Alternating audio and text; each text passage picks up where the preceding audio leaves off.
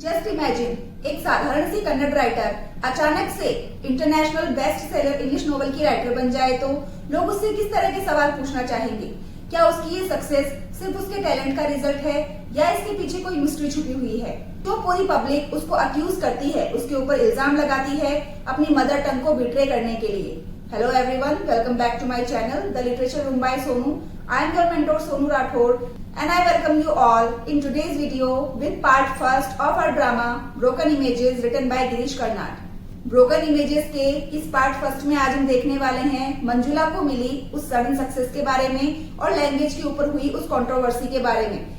इस ड्रामा की स्टार्टिंग आज हम पढ़ने वाले हैं जिसने मंजुला की लाइफ में सब कुछ चेंज कर दिया। So let's begin as we usually do. हमने हमारे आज के ड्रामा ब्रोकन इमेजेस को भी 3 पॉइंट्स में डिवाइड किया है। इसके फर्स्ट पार्ट में 3 पॉइंट्स रहने वाले हैं और सेकंड पार्ट में भी 3 पॉइंट्स रहने वाले हैं। तो पर पार्ट को हम 3 पॉइंट्स में कवर करने वाले हैं। So the very first point we are going to deal with is Manjula Nayak sudden rise to fame and the controversy over language. ये फर्स्ट पॉइंट जो आज हम पढ़ने वाले हैं उसमें हम देखेंगे कि मंजुला नायक किस तरह अचानक से फेमस हो जाती है, उसको इंटरनेशनल लेवल पे भी फेम और सक्सेस मिलती है और लैंग्वेज के ऊपर कुछ कंट्रोवर्सी हो जाती है। यहाँ पे विवाद छिड़ जाता है उसकी मदर टंग कन्नड़ को लेकर और ग्लोबल लैंग्वेज इंग्लिश को लेकर। तो वो पॉइंट अपन यहाँ पे क्लियर करेंगे। In our second point we will deal with Manjula's explanation of how the novel was written. यहाँ पे मंजुला एक्सप्लेन करेगी कि किस तरीके से बीइंग अ कन्नड़ राइटर उन्होंने इतना सक्सेसफुल, इतना ज्यादा effective English drama, English novel लिखा जिसकी वजह से उसको इंटरनेशनल फेम मिली, इंटरनेशनल सक्सेस मिली। And the third and last point, the appearance of electronic image and the beginning of psychological conflict. इस थर्ड पॉइंट में हम देखेंगे कि स्क्रीन के ऊपर कैसे मंजुला की ही जैसे दिखने वाली उसकी इलेक्ट्रॉनिक इमेज अपीयर होती है, मतलब उसकी कंसाइंस, उसकी अंतरात्मा उसके सामने आती है। और तब ये ड्रामा एक्चुअली स्टार्ट होता है जहां पर हम देखेंगे कि मंजुला नायक और उसकी उस इलेक्ट्रॉनिक इमेज के बीच में क्या इंटरेक्शन होता है, क्या बातचीत होती है और वो इंटरेक्शन साइकोलॉजिकली कैसे अफेक्ट करता है मंजुला नायक को। So let's begin with the point first, that is Manjula sudden rise to fame and the controversy over language. यहाँ पे इस ड्रामा की प्रोटैगनिस्ट, मेन कैरेक्टर है मंजुला नायक। मंजुला नायक को अचानक से काफी प्रसिद्धि मिलती है, वो काफी ज्यादा फेमस हो जाती है, सक्सेसफुल हो जाती है। तो ये सारी चीजें कैसे होती है, मंजुला नायक एक्चुअली कौन थी, क्या काम करती थी, कहाँ की वो रहने वाली थी, उसका प्रोफेशन क्या था और किस तरीके से वो अपने इस प्रोफेशन में सक्सेस को अचीव कर पाती है, ये सारी चीजें अपन इस पॉइंट में देखेंगे। एट द सेम टाइम अपन देखेंगे कि यहाँ पर लैंग्वेज की वजह से कुछ कंट्रोवर्सी हो जाती है। यहाँ पे मंजुला नायक की मदर टंग कुछ और लैंग्वेज थी जबकि वो लिखना किसी और लैंग्वेज में स्टार्ट कर देती है, जिसकी वजह से उसको काफी बड़ी सक्सेस अपनी लाइफ में देखने को मिलती है। तो उसी की वजह से कंट्रोवर्सी हो जाती है और पब्लिक उसको ब्लेम करना, अक्यूज करना स्टार्ट कर देती है। तो ये सारे इंसिडेंट्स कैसे प्रोग्रेस होते हैं आगे, let's see. The play broken images begins in Bangalore at the studio of Shri TV. इस ड्रामा की स्टार्टिंग होती है बैंगलोर के अंदर। बैंगलोर में एक स्टूडियो है जिसका नाम है श्री टीवी। उस स्टूडियो के अंदर इस ड्रामा की स्टार्टिंग होती है जिसका नाम है broken images. The guest of the programme is Manjula Nayak, a well known Kannada writer and the television personality who has successfully became an international literary celebrity।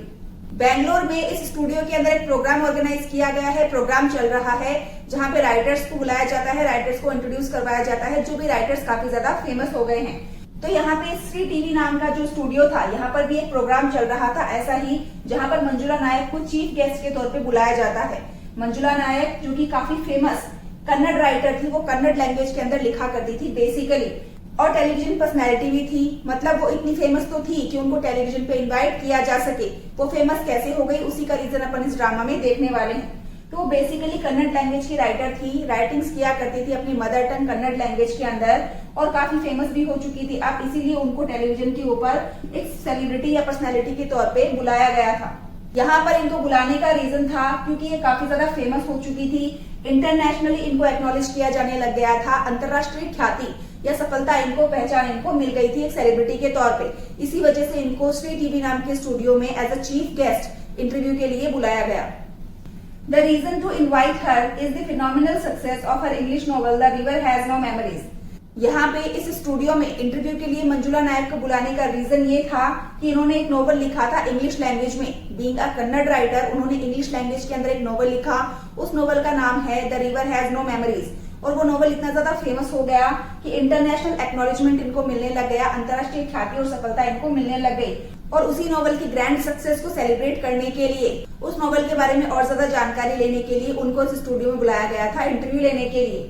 The novel has become a best seller not only in India but also in abroad. ये जो novel है, English novel the river has no memories, जो मंजुला नायक ने लिखा है, ये novel ना सिर्फ इंडिया के अंदर बल्कि विदेशों में भी काफी फेमस हो गया था, काफी पॉपुलर हो गया था। इसकी काफी सारी कॉपीज पब्लिश हुई थी और डिस्ट्रीब्यूट हुई थी और वो बिक भी गई थी। इसी वजह से उस टाइम पे मंजुला नायक काफी बड़ा नाम बन गया था, इंडिया में भी और अब्रॉड में भी। तो मंजुला नायक की इसी सक्सेस को सेलिब्रेट करने के लिए इसको इन्विटेशन मिला था श्री टीवी स्टूडियो में। The novel has been translated into several languages and has brought Manjula immense fame, recognition and financial success.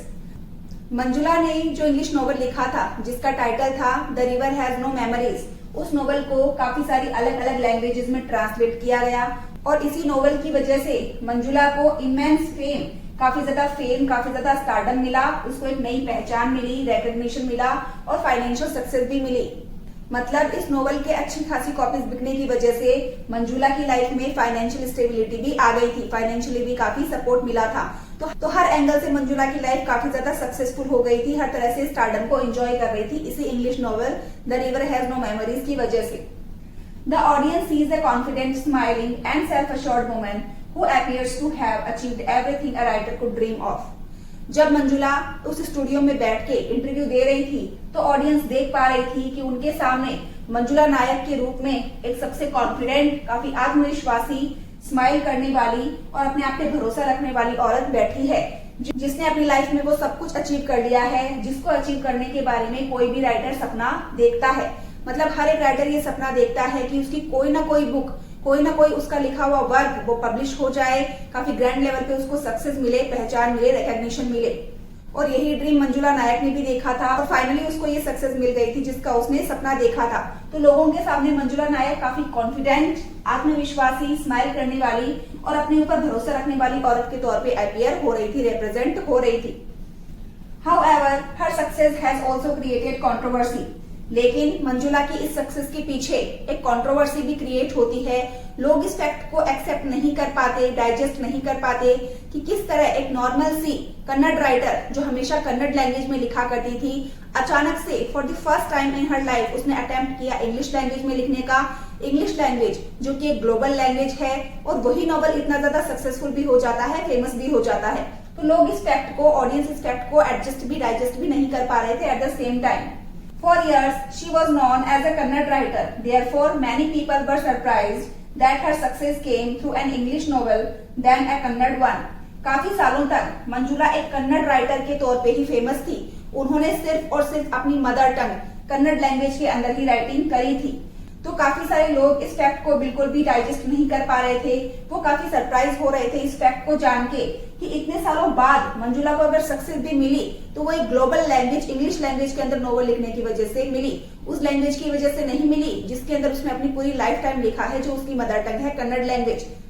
वो लैंग्वेज जिसके साथ ऑफ कोर्स वो काफी ज्यादा कंफर्टेबल भी है, काफी ज्यादा इजी भी महसूस करती है, लेकिन उस लैंग्वेज की वजह से इसको कभी सक्सेस नहीं मिली। कन्नड़ लैंग्वेज में लिखे हुए उसके कोई भी नॉवल, कोई भी वर्क्स कभी इतने सक्सेस नहीं हुए जितने कि ग्लोबल लैंग्वेज, इंग्लिश लैंग्वेज के अंदर लिखे हुए नॉवल हो गए। तो ये कंट्रोवर्सी वहां पे क्रिएट हो जाती है और इसी की वजह से काफी सारे ऊटपटांग सवालों का जवाब मंजुला को देना पड़ता है। During the interview she faced very challenging questions due to this controversy. तो यहाँ पे इस कंट्रोवर्सी की वजह से इंटरव्यूअर और ऑडियंस की तरफ से आने वाले काफी सारे चैलेंजिंग क्वेश्चंस को फेस करना पड़ता है मंजुला नायक को उस स्टूडियो के अंदर। One of the most important criticism is that Manjula has betrayed her mother tongue Kannada. सबसे बड़ा एक्यूजेशन, आरोप या ब्लेम जो उसको फेस करना पड़ता है, जो आलोचना उसको फेस करनी पड़ती है, वो क्वेश्चन ये था कि मंजुला नायक ने अपनी मदर टंग, अपनी मातृभाषा कन्नड़ को बिट्रे किया है, उसको धोखा दिया है। क्योंकि मंजुला नायक पली बड़ी है कन्नड़ कल्चर के अंदर, तो कन्नड़ लैंग्वेज उसकी मदर टंग है और अपनी पूरी लाइफ टाइम कन्नड़ लैंग्वेज में लिखने के बाद में उसने वेल्थ और फेम अचीव करने के लिए इंग्लिश लैंग्वेज के अंदर लिखना स्टार्ट कर दिया, जो कि एक ग्लोबल लैंग्वेज है। तो यहाँ पे इसके ऊपर आरोप लगता है कि मंजुला नायक ने अपनी मदर टंग कन्नड़ लैंग्वेज को बिट्रे किया है, उसको धोखा दिया है। Some critics argue that regional language writers often struggle to gain national and international recognition. वहां पे काफी सारे क्रिटिक्स बैठे थे, आलोचक बैठे थे जो इसके वर्क को, इसके किए हुए काम को जज कर रहे थे। वो आर्ग्यू करते हैं कि जो रीजनल लैंग्वेज के राइटर्स होते हैं, जो क्षेत्रीय भाषाओं के राइटर होते हैं, जैसे राजस्थानी, पंजाबी, बंगाली, इन कन्नड़, तमिल, तेलुगु, इन सारी लैंग्वेजेस के जो राइटर होते हैं उनको अपनी लाइफ में काफी ज्यादा स्ट्रगल करना पड़ता है, काफी ज्यादा मेहनत करनी पड़ती है ताकि उनको राष्ट्रीय और अंतर्राष्ट्रीय तौर पे एक पहचान मिल सके, एक रिकॉग्निशन मिल सके। क्योंकि मंजुला भी एक रीजनल राइटर थी, वो भी कन्नड़ लैंग्वेज से बिलोंग करती थी, तो यहाँ पे क्रिटिक्स का सीधा इशारा मंजुला की तरफ था कि being a regional writer Manjula को भी अपनी लाइफ में काफी ज्यादा स्ट्रगल करना पड़ा है नेशनल और इंटरनेशनल रिकॉग्निशन को, पहचान को गेन करने के लिए। Whereas English writers enjoy wider readership and greater financial rewards. इसी के कंपैरिजन में अगर हम इंग्लिश राइटर्स की बात करें जो इंग्लिश लैंग्वेज के अंदर लिखा करते हैं, इंग्लिश लैंग्वेज जो कि एक ग्लोबल लैंग्वेज है जो पूरे वर्ल्ड में जानी और पढ़ी जाती है, तो इंग्लिश राइटर्स को बहुत ज्यादा बड़ी रीडरशिप मिलती है, बहुत ज्यादा ग्रैंड लेवल पे, ग्रैंड स्केल पे लोग उनके वर्क्स को पढ़ते हैं और एट द सेम टाइम उनको फाइनेंशियल जो भी सपोर्ट मिलता है, जो भी रुपए पैसे की हेल्प होती है किसी भी वर्क की फेमस हो जाने की वजह से, वो भी ज्यादा होती है as compare to regional writers. So इस तरह से वो क्रिटिक्स इनडायरेक्टली मंजुला के ऊपर आरोप लगाते हैं कि कन्नड़ लैंग्वेज जो कि एक रीजनल लैंग्वेज है उसके अंदर लिखने के बाद में मंजुला को कभी भी कोई फेम या सक्सेस अचीव नहीं हुई, तो उसने अपनी मदर टंग कन्नड़ लैंग्वेज को धोखा दिया है, चीट किया है और फिर एक ग्लोबल लैंग्वेज का सपोर्ट सहारा लिया है जो कि इंग्लिश लैंग्वेज है, और उसने इंग्लिश लैंग्वेज में लिखा जिसकी वजह से आज उसको इतनी ज्यादा सक्सेस और फेम और फाइनेंशियल सपोर्ट मिला है। Therefore, they accused her of abandoning and betraying Kannada for fame and wealth. इस तरह से वो क्रिटिक्स जो आलोचक थे वो मंजुला के ऊपर आरोप लगाते हैं, उसको ब्लेम करते हैं कि मंजुला ने बीच रास्ते में अपनी मदर टंग कन्नड़ लैंग्वेज का साथ छोड़ दिया और इंग्लिश लैंग्वेज जो कि एक ग्लोबल लैंग्वेज है उसका हाथ पकड़ लिया, और इस तरीके से उसने अपनी mother language, mother tongue Kannada language को धोखा दिया है फेम पाने के लिए, वेल्थ पाने के लिए। She strongly rejects this accusation by saying that the story came to her naturally in English. जब उसके ऊपर ये आरोप लगाया जाता है कि उसने अपनी मदर टंग कन्नड़ लैंग्वेज को बिट्रे किया है इंग्लिश में नोवेल लिख करके, इंग्लिश वो लैंग्वेज जो उससे बिलोंग ही नहीं करती, तो वो इस एक्यूजेशन को, इस आरोप को रिजेक्ट करती है, ये कहते हुए कि इस नोवेल की स्टोरी नेचुरली उसके दिमाग में इंग्लिश में ही आई, तो जिस तरीके से, जिस ओरिजिनल फॉर्म में ये स्टोरी उसके माइंड में अपियर हुई वैसे ही उसने इसको लिख दिया। She further argues that English is not a foreign language to her. आगे वो आर्ग्यू करती है इस आरोप के खिलाफ, वो कहती है इंग्लिश मेरे लिए कोई फॉरेन लैंग्वेज नहीं है, नई लैंग्वेज नहीं है, कोई ऐसी लैंग्वेज नहीं है जिसके साथ मैं कंफर्टेबल ना हूँ। Although Kannada is her mother tongue, she belongs to an urban educated generation that uses both Kannada and English comfortably. वो कहती है, हालांकि वो इस बात को एक्सेप्ट करती है कि कन्नड़ लैंग्वेज उसकी मदर टंग है, मातृभाषा है, उसी कल्चर में वो पली बड़ी है, लेकिन एट द सेम टाइम वो अर्बन एजुकेटेड जनरेशन से बिलोंग करती है, मतलब वो इंडिया की उस जनरेशन से बिलोंग करती है जिसकी एजुकेशन सारी अर्बन एरियाज में हुई है, और अर्बन एरियाज में अगर एजुकेशन हुई है इसका मतलब ये है कि उसको वहां पर अपनी मदर टंग भी पढ़ाई गई होगी, या उसने अपनी मदर टंग अपने घर पे सीखी तो उसको ग्लोबल लैंग्वेज इंग्लिश ऑफकोर्स वहां पे पढ़ाई गई होगी। तो यहाँ पे ये उस जनरेशन से बिलोंग करती है जो जनरेशन काफी अच्छे तरीके से जानती है अपनी मदर टंग कन्नड़ लैंग्वेज को और इंग्लिश लैंग्वेज को कंफर्टेबली यूज करना, उनका प्रॉपर यूज करना। तो इस तरह लॉजिक देके, तर्क देके वो उन आरोपों को खारिज करना चाहती है। At another point in interview she calls a Kannada proverb to prove her roots and loyalty. A response is good, but a meaningful response is better. आगे जब इंटरव्यू कंटिन्यू होता है तो वहां पर वो अपनी मदर टंग कन्नड़ लैंग्वेज के लिए लॉयल्टी शो करने के लिए और अपने रूट्स को प्रूव करने के लिए कि वो अभी भी अपनी मदर टंग से काफी ज्यादा एसोसिएटेड है, अपने ट्रेडिशन को उतना ही क्लोजली फॉलो करती है। एक कहावत कहती है कन्नड़ लैंग्वेज के अंदर किसी चीज का रिप्लाई करना या रिस्पॉन्ड करना अच्छा होता है, लेकिन वो रिस्पॉन्ड और भी ज्यादा अच्छा होगा, इफेक्टिव होगा अगर वो रिस्पॉन्ड काफी मीनिंगफुल हो, जिसके अंदर कोई सेंस हो। तो ये कहावत, ये प्रोवर्ब वो अपनी मदर टंग कन्नड़ लैंग्वेज के अंदर बोलती है और इस तरीके से लोगों के सामने ये फैक्ट रखती है कि वो अभी भी अपने ट्रेडिशन से, कन्नड़ कल्चर से काफी ज्यादा एसोसिएटेड है, काफी क्लोजली जुड़ी हुई है। तो यहाँ पे मंजुला हर पॉसिबल एफर्ट करती है अपने इन एक्यूजेशंस को खारिज करने के लिए, रफा दफा करने के लिए। By this statement, she indirectly defends herself against the accusation of cultural betrayal, proving close association to Kannada culture and tradition. तो यहाँ पे वो कन्नड़ प्रोवर्ब कोट करने की वजह से, कन्नड़ लैंग्वेज में वो कहावत कहने की वजह से वो इनडायरेक्टली अपने आप को डिफेंड कर लेती है, अपने आप को सुरक्षित कर लेती है उन आरोपों के खिलाफ जो आरोप मंजुला के ऊपर लगाए गए थे कि वो अपनी संस्कृति को, कन्नड़ कल्चर को बिट्रे कर रही है, धोखा दे रही है। और इस तरीके से वो प्रूव कर देती है, साबित कर देती है कि उसका काफी क्लोज एसोसिएशन है, काफी क्लोजली वो लगाव रखती है अपनी मदर टंग कन्नड़ लैंग्वेज और कन्नड़ कल्चर और ट्रेडिशंस के साथ में वो अभी भी जुड़ी हुई है। Throughout the interview, she appears witty, intelligent and articulate. Yet beneath this polished public image, the audience begins to sense a hidden tension. तो इस पूरे इंटरव्यू के दौरान मंजुला काफी ज्यादा बुद्धिमान, काफी ज्यादा समझदार, इंटेलिजेंट और आर्टिकुलेट, मतलब बहुत ज्यादा क्लियर, स्पष्ट और टू द पॉइंट साबित होने की कोशिश करती है, दिखने की कोशिश करती है, रिप्रेजेंट होने की कोशिश करती है, लेकिन फिर भी उसकी इस पॉलिश्ड इमेज के नीचे, उसकी इस बनी बनाई दिखावटी इमेज के नीचे ऑडियंस सस्पेक्ट कर पा रही थी, ऑडियंस सेंस कर पा रही थी, फील कर पा रही थी एक छुपी हुई टेंशन। मतलब मंजुला यहाँ पे इस इंटरव्यू के दौरान अपने आप को काफी परफेक्टली रिप्रेजेंट करने की कोशिश कर रही है एक इंग्लिश राइटर के तौर पे, एक इंग्लिश नॉवेलिस्ट के तौर पे, लेकिन फिर भी यहाँ पे ऑडियंस को सस्पेक्ट हो जाता है, डाउट हो जाता है कि वहां पर कुछ ना कुछ ऐसी चीज है, कोई ऐसी टेंशन है जिसको मंजुला छुपाने की कोशिश कर रही है। The repeated questions about language, identity and authenticity plant the seed of doubt. यहाँ पे लगातार बार बार रेपिटेडली जो क्वेश्चंस पूछे जा रहे थे मंजुला से, लैंग्वेज के बारे में, लैंग्वेज के बिट्रेयल के बारे में, उसकी पहचान के बारे में और उसकी ऑथेंटिसिटी के बारे में, उसकी रियलिटी के बारे में, कि क्या वो ही ऑथेंटिक राइटर है उस इंग्लिश नोवेल की। तो यहाँ पे इन सारे क्वेश्चंस की वजह से ऑडियंस के मन में डाउट का एक बीज बोया जा रहा था। मतलब ऑडियंस कहीं ना कहीं अब उसकी इस पब्लिक इमेज को डाउट कर रही थी, सस्पेक्ट कर रही थी। The audience suspects that there may be truths she is unwilling to reveal. Audience को शक हो रहा था मंजुला की इस इमेज के ऊपर। वो ये देख पा रहे थे कि कुछ ना कुछ ऐसे ट्रूथ जरूर है, कुछ ऐसी सच्चाइयां जरूर है जिसको मंजुला नहीं चाहती कि वो सच्चाइयां रिवील हो, पब्लिक के सामने आए। और यहाँ पर उन्हीं अनकहे ट्रूथ्स को, सच्चाइयों को छुपाने की कोशिश कर रही है Manjula Nair. So here we are done with our first point, जहां पर हमने देखा कि मंजुला को किस तरह एक इंग्लिश नोवेल जिसका नाम है the river has no memories, उसकी वजह से फेम मिलती है, सक्सेस मिलती है, लेकिन इस सक्सेस को पब्लिक, ऑडियंस और क्रिटिक्स ऐसे ही एक्सेप्ट नहीं करते। लैंग्वेज के ऊपर यहाँ पे बहुत बड़ी कंट्रोवर्सी हो जाती है। वो लोग काफी अलग अलग तरह के चैलेंजिंग क्वेश्चंस मंजुला के सामने प्रेजेंट करते हैं। हालांकि मंजुला काफी केयरफुली, काफी इंटेलिजेंटली उन क्वेश्चंस का रिप्लाई करती है और अपने आप को उन एक्यूजेशन से फ्री करने की कोशिश करती है, लेकिन फिर भी उसके बिहेवियर से ऑडियंस को कहीं ना कहीं ये सस्पेक्ट हो जाता है कि यहाँ पर कुछ टेंशन जरूर है, कुछ मिस्ट्री जरूर है जिसको नहीं चाहती मंजुला की वो मिस्ट्री रिवील हो। Now let's move on to our second point, that is Manjula's explanation of how the novel was written. इस सेकेंड पॉइंट में हमारी मेन कैरेक्टर मंजुला एक्सप्लेन करेगी ऑडियंस के सामने कि एक्चुअली ये नॉवल जिसका नाम है the river has no memories, इसको कैसे लिखा गया, इस नोवेल को लिखने की इंस्पिरेशन उसको कहां से मिली, इस नोवेल के सोर्सेज क्या थे। So let's begin.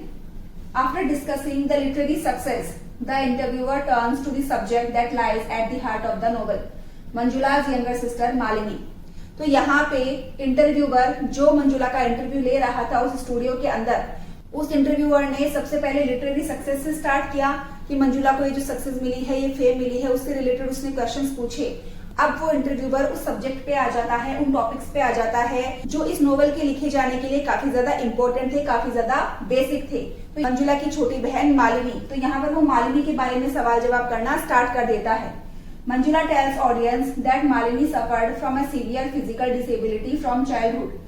यहाँ पे जब मंजुला से उसकी छोटी बहन मालिनी के बारे में पूछा जाता है तो मालिनी ऑडियंस को बताती है कि उसकी यंगर सिस्टर मालिनी बचपन से ही काफी गंभीर शारीरिक बीमारी से ग्रसित थी। मतलब उसका जो लोअर बॉडी पार्ट था वो पैरालाइज्ड था, इसीलिए वो फिजिकली डिसेबल्ड थी। Because of her condition she spent most of her life confined to a wheel chair. अपनी इस फिजिकल डिसेबिलिटी की वजह से, अपनी इस शारीरिक अवस्था की वजह से, कंडीशन की वजह से उसने अपनी जिंदगी का अधिकांश समय एक व्हील चेयर के ऊपर बिता दिया। मतलब फिजिकल डिसेबिलिटी की वजह से उसकी बहन मालिनी चल फिर नहीं पाती थी, मूवमेंट नहीं कर पाती थी, तो यहाँ पर most of the time of her life उसने व्हील चेयर के ऊपर बिता दिया था बिना किसी मूवमेंट के। But her physical limitations never affected her intellectual ability. लेकिन उसकी जो शारीरिक तौर पे ये कमी थी, ये लिमिटेशंस थी, ये विकलांगता थी, इसका कोई भी असर नहीं पड़ा उसकी दिमागी शक्ति के ऊपर, उसकी दिमागी योग्यता के ऊपर। आध्यात्मिक रूप से, मानसिक रूप से वो काफी ज्यादा स्वस्थ थी और पावरफुल थी। She describes Malini as extraordinary, intelligent, imaginative, sensitive and emotionally perceptive. यहाँ पे मंजुला मालिनी की तारीफ करते हुए उसको डिस्क्राइब करती है कि हालांकि फिजिकली वो हैंडीकेप थी, विकलांग थी, लेकिन यहाँ पे फिर भी मानसिक तौर पे वो काफी ज्यादा एक्स्ट्रा ऑर्डिनरी थी। उसके जैसा और कोई भी पर्सन टैलेंटेड नहीं हो सकता। काफी ज्यादा बुद्धिमान, इंटेलिजेंट थी, इमेजिनेटिव थी, काफी ज्यादा सेंसिटिव थी चीजों को लेकर के, और चीजों को इमोशनली परसीव किया करती थी, भावनात्मक रूप से चीजों को समझा करती थी, काफी विटी थी, काफी समझदार थी। Her mind was exceptionally powerful in spite of weak body. माना कि मालिनी के पास कमजोर शरीर था, शरीर से वो विकलांग थी, हैंडीकेप थी, उसकी बॉडी उसका साथ नहीं दे रही थी, लेकिन मानसिक तौर पे अगर बात करें तो मालिनी का जो दिमाग है वो as compare to other persons काफी ज्यादा पावरफुल था, काफी ज्यादा इंटेलिजेंट थी वो। For many years Malini lived in Bangalore with her sister and her husband Pramod. यहाँ पे इंटरव्यू के दौरान मंजुला इस फैक्ट को रिवील करती है कि मालिनी फिजिकली डिसेबल्ड होने की वजह से काफी साल तक बेंगलोर में रही अपनी बहन मंजुला के साथ और मंजुला के हस्बैंड जिनका नाम है प्रमोद कुमार, उनके साथ। मतलब बेंगलोर में इनका घर जहाँ पे मंजुला नायक रहती थी और उनके हस्बैंड प्रमोद कुमार रहते थे, उसी घर में मालिनी भी रही काफी टाइम तक। According to Manjula, the family took care of her and tried to provide her with companionship and comfort. यहाँ पे मंजुला जो अपना वर्जन बता रही है बातों का कि उसके हिसाब से क्या हुआ था, उस हिसाब से मंजुला बताती है कि हमारे परिवार ने काफी ज्यादा ध्यान रखा मालिनी का और पूरी कोशिश की कि हम उसको एक साथ, एक अपनापन और कंफर्ट, आराम महसूस करवा सके अपने घर पे। Malini therefore occupied a central place in their household and in Manjula's life. Manjula बताती है कि फिजिकली डिसेबल्ड होने की वजह से मंजुला के घर में मालिनी की एक स्पेशल जगह बन गई थी। सभी लोग उसको प्यार से और केयर से ट्रीट करते थे और मंजुला की लाइफ में भी मालिनी की काफी ज्यादा स्पेशल जगह थी। Manjula explains that the inspiration for the river has no memories came from the emotional trauma she experienced after Malini's death. Manjula आगे एक्सप्लेन करते हुए कहती है कि उसने ये जो इंग्लिश नॉवल लिखा है जिसका नाम है the river has no memories, जिसके इतने फेमस हो जाने की वजह से आज उसको इस स्टूडियो में इंटरव्यू के लिए बुलाया गया है। इस नॉवल को लिखने की इंस्पिरेशन उसको उस ट्रॉमा से मिली, उस पेन से, उस दर्द से मिली थी जो दर्द उसने मालिनी की डेथ के बाद एक्सपीरियंस किया। मतलब मालिनी की डेथ के बाद मंजुला इतना अकेला महसूस करने लग गई, इतनी ट्रॉमेटाइज्ड हो गई, इतना पेन महसूस करने लग गई कि उसी पेन के चलते उसने अपनी फीलिंग्स को वेंट आउट करने के लिए, एक्सप्रेस करने के लिए एक नॉवल लिख डाला इंग्लिश लैंग्वेज में, और वही नॉवल आज जाकर के इतना सक्सेसफुल हो गया। तो यहाँ पे वो कहती है कि ये नॉवल जिसका नाम है the river has no memories, उसको लिखने की इंस्पिरेशन मुझे मालिनी की डेथ की वजह से जो ट्रॉमा फील हुआ था उस ट्रॉमा से मिली है। तो यहाँ पे वो इनडायरेक्टली और डायरेक्टली क्रेडिट देना चाहती है इस नॉवल की सक्सेस का मालिनी को, जिसके साथ वो क्लोजली एसोसिएटेड थी, काफी ज्यादा प्यार करती थी अपनी बहन से अपने वर्जन के according. She felt overwhelmed bye grief and loneliness. उसकी डेथ के बाद दुख की वजह से और अकेलेपन की वजह से काफी ज्यादा परेशान रहने लग गई थी मंजुला नायक। According to her version of events, writing became a form of personal healing. घटनाओं का जो वर्जन मंजुला नायक बता रही है ऑडियंस के सामने, उसके हिसाब से ये पता चलता है कि राइटिंग करना या ये इंग्लिश नॉवल लिखना ये उसकी पर्सनल हीलिंग बन गई थी मालिनी की डेथ के बाद में। मतलब मालिनी की डेथ के बाद उस ग्रीफ से, उस सोरो से, उस दर्द से अपने आप को बाहर निकालने के लिए मंजुला ने ये राइटिंग करना स्टार्ट किया इंग्लिश के अंदर। तो ये राइटिंग करना उसका पर्सनल हीलिंग का एक सोर्स बन गया था। इस सेकंड पॉइंट में ध्यान देने वाली बात ये है कि मंजुला ने यहाँ पर मालिनी के बारे में हमें जो भी इंफॉर्मेशन दी है वो उसके वर्जन के अकॉर्डिंग है। ये रियलिटी है या नहीं है ये हमें बाद में पता चलेगा, लेकिन यहाँ पे ये जो भी इवेंट्स उसने बताए हैं, जो भी उसके घर का या उसका खुद का जो केयरिंग नेचर है अपनी बहन के लिए, वो सारी बातें उसके वर्जन के अकॉर्डिंग है जो वो पब्लिक के सामने अपनी इमेज को बचाने के लिए पेश कर रही है। The novel emerged from her memories, emotions and reflections on Malini's life and death. यहाँ पे मंजुला इस तरीके से रिप्रेजेंट करती है अपने आप को, अपनी फीलिंग्स को ऑडियंस के सामने, कि उसकी बातों को सुन के लगता है कि मंजुला का मालिनी की जिंदगी और मौत से इतना गहरा संबंध था, इतना क्लोज एसोसिएशन था कि इसकी वजह से मंजुला के दिमाग में जो भी मेमोरीज थी, जो भी इमोशंस थे और जो भी पुरानी यादें थी मालिनी को लेकर, उनकी वजह से वो नोवेल बाहर निकला है। मतलब वो नोवेल लिखने की इंस्पिरेशन उसको मालिनी की वजह से मिली है। She presents the creative process as deeply personal and almost therapeutic. यहाँ पे मंजुला अपनी फीलिंग्स को इस तरह एक्सप्रेस करती है ऑडियंस के सामने, जिससे ऑडियंस को ये लगता है कि उसका ये जो क्रिएटिव प्रोसेस है, मतलब उसका ये नोवेल लिखना, ये नोवेल जो इतना ज्यादा क्रिएटिव था, ये उसकी बहुत ही गहराई में छुपी हुई पर्सनल फीलिंग्स जो कि अपनी बहन मालिनी के लिए थी, उनकी वजह से बाहर आया है, उनकी वजह से लिखा गया है। और ये क्रिएटिव प्रोसेस, ये नोवेल लिखना उसके लिए काफी ज्यादा थेरेपेटिक था, मतलब उसके लिए एक ट्रीटमेंट का काम किया है इस राइटिंग करने ने, इस नोवेल ने। मतलब ये नोवेल जिसका नाम है the river has no memories, ये नोवेल लिखना मंजुला के लिए उन यादों से बाहर निकलने का एक जरिया था, एक थेरेपी थी। She portrays it as a tribute to her sister Malini. यहाँ पर वो इस तरीके से अपनी भावनाओं को रिप्रेजेंट करती है, इस तरीके से पोर्ट्रे करती है जैसे कि ये नोवेल उसकी बहन मालिनी के लिए एक ट्रिब्यूट हो, एक श्रद्धांजलि हो, क्योंकि ऑफ कोर्स ये ऐसा जताती है कि ये नोवेल लिखने की जो प्रेरणा है इसको मालिनी से ही मिली थी, मालिनी की डेथ की वजह से मिली थी।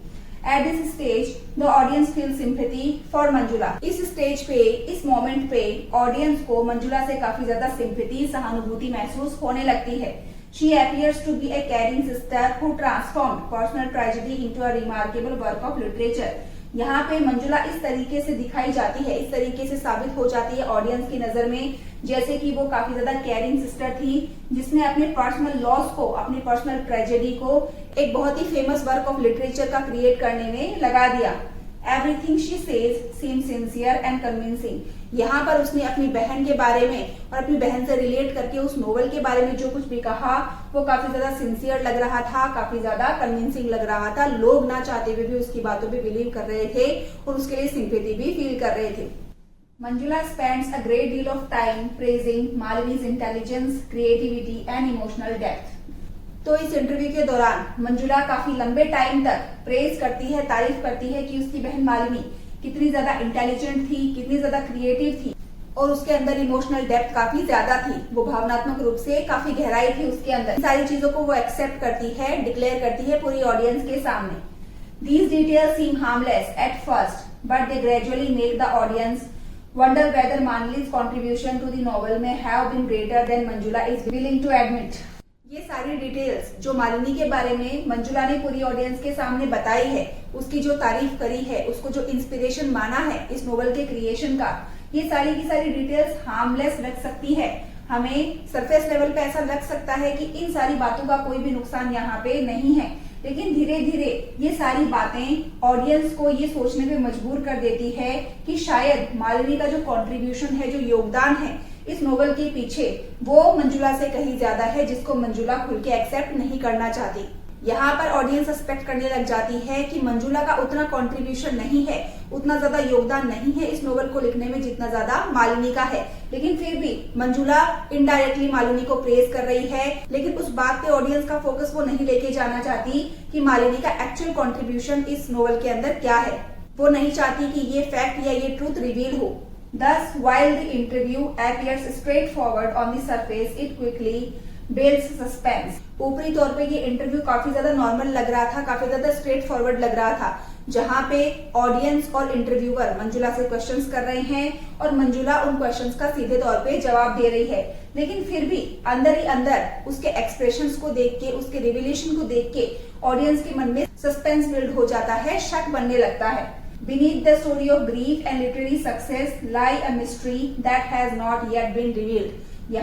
यहाँ पे मंजुला के द्वारा सुनाई गई वो मालिनी के डेथ की कहानी, उस दुख भरी कहानी के पीछे और मंजुला की साहित्यिक सक्सेस के, सफलता के पीछे एक ऐसा रहस्य छुपा हुआ है जिस रहस्य पर से अभी तक पर्दा नहीं उठा। So dear students, here we are done with our second point also। इस पॉइंट में हमने देखा कि मंजुला की क्या एक्सप्लेनेशन है उस नोवेल के बारे में, उस नोवेल की इंस्पिरेशन का क्रेडिट वो अपनी बहन मालिनी को देती है, लेकिन ऑडियंस इस फैक्ट को सस्पेक्ट कर जाती है, डाउट कर जाती है कि मालिनी का कंट्रीब्यूशन इस नोवेल को लिखने में कहीं ज्यादा है जितना मंजुला का भी नहीं है। लेकिन मंजुला इस बात को एडमिट नहीं करती और ना ही ऑडियंस के सामने इस फैक्ट को रिवील करती है। लेकिन इस सेकंड पॉइंट में ऑडियंस का डाउट और ज्यादा स्ट्रेंथन हो जाता है, मजबूत हो जाता है कि पीछे कोई ना कोई ऐसी मिस्ट्री जरूर छुपी हुई है जिसको मंजुला नहीं चाहती कि वो रिवील हो। Now let's move on to the last and third point of our part first, that is the appearance of electronic image and the beginning of psychological conflict। इस पॉइंट में हम देखेंगे कि कैसे स्क्रीन पे मंजुला की इलेक्ट्रॉनिक इमेज स्टार्ट होती है दिखना जैसे ही वो इंटरव्यू खत्म होता है। यहाँ पर वो इलेक्ट्रॉनिक इमेज सेम मंजुला की जैसी थी दिखने में, और उस इलेक्ट्रॉनिक इमेज के वहां पे अपियर होने की वजह से मंजुला और उस इमेज के बीच में जो भी इंटरेक्शन होता है, जो भी बातचीत होती है, उसकी वजह से मंजुला के मन में साइकोलॉजिकल कॉन्फ्लिक्ट स्टार्ट हो जाता है। उसके दिल और दिमाग के बीच में एक लड़ाई स्टार्ट हो जाती है। तो ये सब कैसे होता है, let's see. After the interview ends, Manjula is left alone in the studio. अब ये इंटरव्यू फाइनली यहाँ पे खत्म हो जाता है। ऑडियंस के और इंटरव्यूअर के सवाल जवाब यहाँ पे खत्म हो जाते हैं और अब मंजुला उस स्टूडियो के अंदर बिल्कुल अकेली खड़ी है। She feels satisfied because she has successfully answered questions about her best-selling novel. यहाँ पर मंजुला काफी ज्यादा सेटिस्फाइड थी, काफी ज्यादा संतुष्ट थी अपनी परफॉर्मेंस से, क्योंकि उसको जो भी क्वेश्चंस पूछे गए थे उसके बेस्ट सेलिंग नोवेल, जो कि एक इंग्लिश नोवेल है जिसका नाम है the river has no memories, उसके बारे में ऑडियंस ने और इंटरव्यूअर ने जो भी उससे क्वेश्चंस पूछे थे, क्रिटिक्स ने जो भी उसके ऊपर आरोप लगाए थे, एक्यूजेशंस लगाए थे, जिन भी क्रिटिसिज्म्स को उनको फेस करना पड़ा था, उन सभी चीजों का जवाब उसने सक्सेसफुली पॉजिटिव वे में दे दिया था। Defending herself against criticism and presented herself as a loving sister and a talented writer. Manjula finally काफी ज्यादा खुश थी क्योंकि उसने अपने आप को हर एक उस आलोचना से बचाया था, डिफेंड किया था, हर उस आरोप से अपने आप को बचाया था, और यहाँ पर वो साबित हो गई थी अपने आप को बहुत ही लविंग और केयरिंग सिस्टर साबित करने में, जो कि अपनी बहन मालिनी से बहुत ज्यादा प्यार करती थी, और एट द सेम टाइम वो यहाँ पे एक सक्सेसफुल और टैलेंटेड राइटर के तौर पे भी स्टैब्लिश हो जाती है। तो अपने इस परफॉर्मेंस से वो काफी ज्यादा खुश थी कि उसका ये इंटरव्यू इतना अच्छा गया है, ऑडियंस ने उसको इतना ज्यादा प्रेज किया, अप्रिशिएट किया, और फाइनली उसने एक बहुत अच्छी राइटर और एक सिस्टर के तौर पे अपने आप को स्टैब्लिश कर दिया। इसीलिए अपनी परफॉर्मेंस को लेकर के काफी ज्यादा खुश थी Manjula. Suddenly the television screen lights up again and the electronic image of Manjula appears. अचानक से उस स्टूडियो के अंदर जो टेलीविजन की स्क्रीन थी वो लाइट अप हो जाती है, वहां पे लाइटिंग होना स्टार्ट हो जाती है, और उसी स्क्रीन के ऊपर मंजुला की जो इलेक्ट्रॉनिक इमेज है वो दिखाई देती है। It looks exactly like her but has a very different personality. वो इमेज दिखने में बिल्कुल मंजुला की जैसी ही थी, मंजुला के जैसा ही बॉडी पोस्चर, हाइट, फेस, शक्ल, सारी चीजें वैसी थी, लेकिन पर्सनैलिटी उस इलेक्ट्रॉनिक इमेज की मंजुला से बिल्कुल अपोजिट थी। Unlike real Manjula, who is careful and concerned about her public image, the electronic image is bold, sarcastic and brutally honest. यहाँ पे वो इलेक्ट्रॉनिक इमेज बिल्कुल भी मंजुला की जैसी नहीं थी पर्सनैलिटी वाइज। मंजुला, जो रियल मंजुला है, वो काफी ज्यादा केयरफुल है, काफी ज्यादा अवेयर है और काफी ज्यादा चिंता करती है, काफी ज्यादा कंसर्न है, केयरफुल है अपनी पब्लिक इमेज को लेकर के। वो ऐसी कोई भी चीज पब्लिक के सामने प्रेजेंट नहीं करना चाहती, ऐसे किसी भी तरीके से एक्ट नहीं करना चाहती जिससे कि उसकी पब्लिक इमेज को नुकसान पहुंचे। इसी के ऑपोजिट जो इलेक्ट्रॉनिक इमेज है वो काफी ज्यादा बहादुर है, काफी साहसी है, काफी ज्यादा व्यंग्यात्मक है, सटायरिस्टिक रिमार्क्स करती है आगे मंजुला के ऊपर, और एट द सेम टाइम काफी ज्यादा एक्सट्रीम लेवल पे ऑनेस्ट है। तो यहाँ पे दिखने में वो इलेक्ट्रॉनिक इमेज बिल्कुल मंजुला की जैसी ही है, क्योंकि वो उसकी इनर कंसाइंस को, उसकी अंतरात्मा को ही रिप्रेजेंट कर रही है। फिर भी वो उसकी अंतरात्मा उससे पर्सनैलिटी में बिल्कुल अलग है, बिहेवियर में, नेचर में बिल्कुल अलग है। दोनों बिल्कुल अलग अलग है, ऑपोजिट है। एक तरफ रियल मंजुला जो अपनी पब्लिक इमेज को लेके इतनी ज्यादा कंसर्न है, इतनी ज्यादा केयरफुल है, दूसरी तरफ वो उसकी इलेक्ट्रॉनिक इमेज जो काफी ज्यादा बोल्ड है और जिसको अपनी इमेज से कुछ भी लेना देना नहीं है, जो ऑनेस्टी में बिलीव करती है, सटायरिज्म में बिलीव करती है कि ट्रूथ को बाहर निकालने के लिए किसी भी तरह से किए गए सटायरिस्टिक रिमार्क्स ठीक होते हैं। At first, the image congratulates Manjula on successful interview, but soon it begins questioning Manjula's answers. तो यहाँ पे मंजुला और उसकी इलेक्ट्रॉनिक इमेज के बीच में इंटरेक्शन होना स्टार्ट हो जाता है, बातचीत करना स्टार्ट कर देते हैं वो दोनों। यहाँ पे सबसे पहले तो इलेक्ट्रॉनिक इमेज मंजुला को कॉन्ग्रेचुलेट करती है, उसको बधाइयां देती है कि उसका ये इंटरव्यू इतना ज्यादा सक्सेसफुल रहा। तो इमेज जल्दी ही मंजुला के जो आंसर्स थे, जो आंसर्स उसने इस इंटरव्यू के दौरान दिए थे क्वेश्चंस के, उन आंसर्स को वो चैलेंज करने लग जाती है, क्वेश्चन करने लग जाती है। वो इलेक्ट्रॉनिक इमेज मंजुला से इस सटायरिस्टिक टोन में बात करती है कि उसके दिए हुए आंसर्स बिल्कुल भी ठीक नहीं थे, उनके पीछे कोई ना कोई ट्रूथ छुपा हुआ था। It challenges her explanation for writing in English and asks uncomfortable questions about Malini and the novel. यहाँ पे मंजुला की इलेक्ट्रॉनिक इमेज उसको चैलेंज करती है। जो भी मंजुला ने एक्सप्लेनेशन दी थी कि उसको ये नोवेल लिखने की जो इंस्पिरेशन है अपनी बहन से मिली, उसकी बहन के प्रति उसका बहुत लगाव था, वो काफी ज्यादा अटैच थी, उन्हीं सारी चीजों की वजह से जब मालिनी की डेथ हुई मंजुला ट्रॉमा में चली जाती है और उसी ट्रॉमा से बाहर निकलने का एक थेरेपी का जरिया था ये इंग्लिश नोवेल लिखना। तो उसका जो जवाब था, इस जवाब को वो क्वेश्चन करने लग जाती है, इमेज चैलेंज करने लग जाती है और मंजुला से अनकंफर्टेबल क्वेश्चंस पूछती है उसकी बहन मालिनी के बारे में और उस नोवेल के बारे में, ताकि वो सच्चाई को बाहर निकलवा सके। The image points out that Manjula seems uneasy while discussing and praising Malini. यहाँ पे ये इमेज पॉइंट आउट करती है इस बात को हाईलाइट करती है कि इंटरव्यू के दौरान जब मंजुला अपनी बहन मालिनी के बारे में डिस्कशन कर रही थी, उसकी तारीफें कर रही थी, उसको अप्रिशिएट कर रही थी, at the same time Manjula काफी ज्यादा अनईजी और अनकंफर्टेबल भी लग रही थी। It suggest that Manjula is not telling the complete truth. यहाँ पे वो इलेक्ट्रॉनिक इमेज बहुत ही स्ट्रांगली सजेस्ट करती है कि मंजुला यहाँ पे पूरा सच नहीं बता रही है, वो कोई ना कोई ऐसी सच्चाई या मिस्ट्री जरूर छुपा रही है अपनी बातों के पीछे। Along with love for her sister, there may have been jealousy, insecurity and resentment. Electronic image इस फैक्ट को रिवील करती है कि ऑफ कोर्स मंजुला का प्यार था अपनी बहन मालिनी के लिए, but at the same time यहाँ पे नफरत भी है, ईर्ष्या, जेलेसी भी है, असुरक्षा की भावना भी है और असंतोष भी है अपनी बहन के लिए। यहाँ पर वो इलेक्ट्रॉनिक इमेज ऑडियंस को एक हिंट दे देती है कि ये सारी चीजें भी कहीं ना कहीं एग्जिस्ट करती है सरफेस के नीचे, जिनको मंजुला छुपाना चाहती है और नहीं चाहती कि ये ट्रूथ ऑडियंस के सामने आए। यहाँ पर मंजुला सिर्फ और सिर्फ अपनी पॉजिटिव साइड को ही रिवील कर रही है कि वो अपनी बहन के लिए कितनी ज्यादा लॉयल थी, कितनी ज्यादा डेडिकेटेड थी। Whenever the image touches these sensitive issues, Manjula becomes defensive। तो जैसे वो इलेक्ट्रॉनिक इमेज बातचीत करती है मंजुला की मालिनी के प्रति जेलेसी, इनसिक्योरिटी और रिजेंटमेंट की फीलिंग्स को, तो यहाँ पे मंजुला ये सारी बातें सुन के काफी ज्यादा डिफेंसिव हो जाती है। तो मंजुला का यहाँ पे डिफेंसिव मोड में आना इस बात को सजेस्ट करता है कि यहाँ पे वो इलेक्ट्रॉनिक इमेज बिल्कुल सही पॉइंट पे हिट कर रही थी। यही वो छुपा हुआ रहस्य था, यही वो मिस्ट्री थी जो मंजुला नहीं चाहती थी कि रिवील हो। The electronic image knows everything about Manjula because it represents her conscience और inner self। यहाँ पर एक बहुत बड़ी बात हमारे राइटर गिरीश कर्नाड बोल रहे हैं कि ये जो इलेक्ट्रॉनिक इमेज थी ये मंजुला के बारे में सब कुछ जानती थी कि उसके दिल और दिमाग में अंदर क्या चल रहा है, क्योंकि ये इलेक्ट्रॉनिक इमेज और कोई नहीं थी बल्कि ये मंजुला की अंतरात्मा थी जो उसको अपने सामने दिखाई दे रही थी उससे सवाल जवाब करते हुए। इसीलिए ये हर उस चीज से, हर उस फैक्ट से अवेयर है जो मंजुला के दिल और दिमाग में छुपा हुआ है बाकी दुनिया से। Unlike the interviewer, it can't be fooled by carefully prepared answers। यहाँ पे ये इलेक्ट्रॉनिक इमेज उस इंटरव्यूअर की तरह बिल्कुल भी नहीं है जिसको मंजुला बहुत ही सावधानी से तैयार किए हुए जवाब दे करके, आंसर्स दे करके बेवकूफ बना सके। It forces Manjula to confront truths that she has been trying to hide। यहाँ पर वो इलेक्ट्रॉनिक इमेज अपने सार्कास्टिक रिमार्क से, अपने टेढ़े मेढ़े सवालों से मंजुला को फोर्स करती है ताकि मंजुला सच्चाई को स्वीकार कर ले, उसको एक्सेप्ट कर ले, वो सच्चाई जो वो काफी टाइम से हाइड करने की कोशिश कर रही थी। By the end of this section, the image has yet not revealed the full truth, but it has created strong doubts। Point के खत्म होने तक यहाँ पे उस इलेक्ट्रॉनिक इमेज ने हालांकि वो पूरी सच्चाई ऑडियंस के सामने नहीं ला पाई है, लेकिन फिर भी यहाँ पर वो अपने उन तीखे सवालों से ऑडियंस के मन में एक स्ट्रॉन्ग डाउट पैदा करने में सक्सेसफुल हो गई है।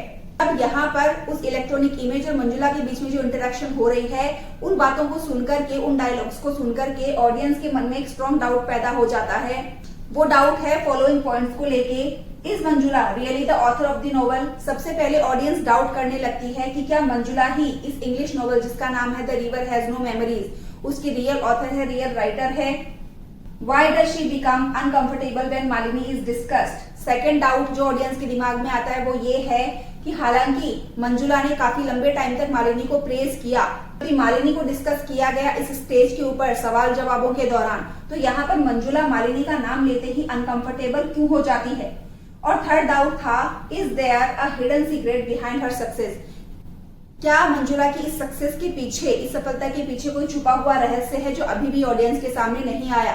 तो इस तरह के स्ट्रॉन्ग डाउट्स जो है वो ऑडियंस के मन में पैदा हो जाते हैं उस इलेक्ट्रॉनिक इमेज के द्वारा पूछे गए तीखे सवालों की वजह से। These questions create suspense and prepare the audience for the major revelation in future।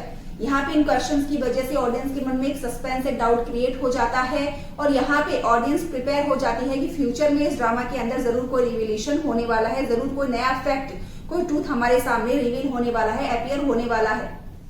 So dear students, here we have come to the end of our third point and part 1। इस थर्ड पॉइंट में हमने देखा कि किस तरीके से वो electronic image जो मंजुला की इनर कंसाइंस को, इनर सेल्फ को रिप्रेजेंट करती है, वो वहां पे अपीयर होती है और अपने तीखे सवालों से ऑडियंस के सामने एक स्ट्रॉन्ग डाउट क्रिएट कर देती है। इन डाउट्स के ऊपर से पर्दा उठेगा इसके नेक्स्ट पार्ट में। So here we are done with our part 1 completely of the drama Broken Images written by Girish Karnad.